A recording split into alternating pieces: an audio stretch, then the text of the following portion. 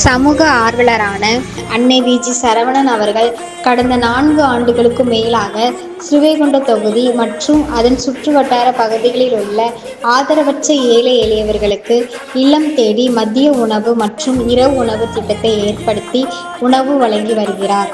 இந்நிலையில் தமிழக வெற்றிக் கழகத்தின் ஐம்பெரும் கொள்கை தலைவர்களுள் ஒருவரான சமூக ஆர்வலர் அஞ்சலை அம்மாளை கொள்கை தலைவராக அறிவித்ததன் ஈர்ப்பால் தமிழக வெற்றிக் கழகத்துடன் இணைந்து தமிழக வெற்றிக் கழக தலைவர் தளபதி விஜய் அவர்களின் ஆசியுடன் கழக பொதுச் செயலாளர் அண்ணன் குஸ்ரி என். ஆனந்த் அவர்களின் வழிகாட்டுதலின்படியும் 7/11/2025 அன்று 1242வது நாளாக ஏரல், உண்டியலூர், ஸ்ரீவைகுண்டம், கோட்டைக்காடு, சிறுத்தண்டநல்லூர் மற்றும் கீழமங்கலக்குறிச்சி அதன் சுற்றுவட்டார பகுதிகளில் உள்ள 161 ஆதரவற்ற ஏழை எளியவர்களுக்கு தமிழக வெற்றிக் கழகம் தூத்துக்குடி மேற்கு மாவட்டம் சமூக ஆர்வலரான அன்னை வி.ஜி. சரவணன் அவர்களின் சார்பில் மதிய உணவாக முட்டையுடன் கூடிய சாம்பார் சாப்பாடு வழங்கப்பட்டது.